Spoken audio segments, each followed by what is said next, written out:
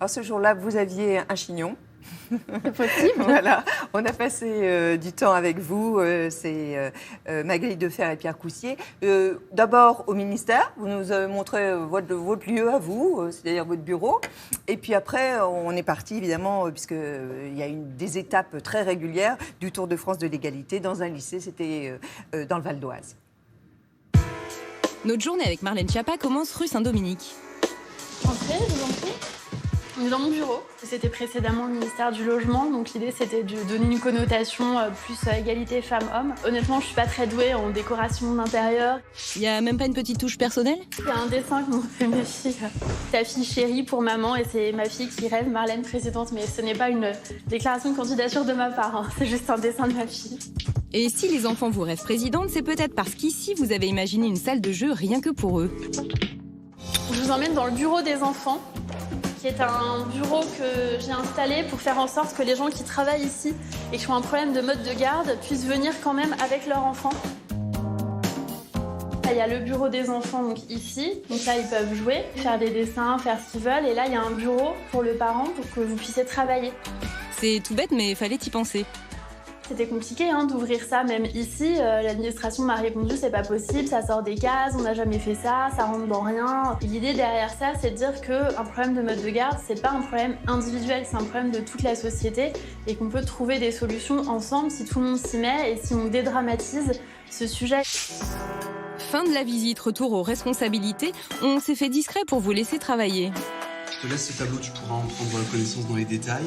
Et puis, on n'a pas pu s'empêcher de questionner vos collaborateurs. Quel chef d'équipe elle est, selon vous? Elle est exigeante, forcément, c'est normal. Tout ministre est exigeant. J'aime pas qu'on te dise non. Mais ça amène à des débats et des discussions. Non, c'est pas que j'aime pas qu'on me dise non, c'est que je veux savoir pourquoi on me dit non. Et est-ce que je trouve que ce non est justifié ou pas? Exigeante donc, mais encore.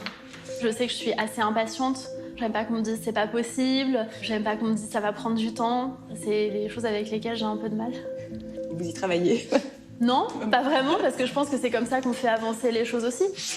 Alors, on avance. Alors maintenant, je vais partir avec Jean-Michel Blanquer, le ministre de l'Éducation nationale. Nous allons à Osny, dans le Val d'Oise, dans un lycée, au lycée Paul-Émile Victor. Là-bas, on vous a retrouvé entouré du proviseur, des professeurs, mais aussi des députés, du préfet en habit de circonstance, de quelques journalistes. Madame Schiappa, s'il vous plaît. Et des lycéens évidemment bien préparés, mais... C'est du stress. C'est très impressionnant, oui. C'est pas tous les jours qu'on voit un ministre, en fait. Ça, c'est sûr. Alors pourquoi les ministres ont-ils fait le déplacement ?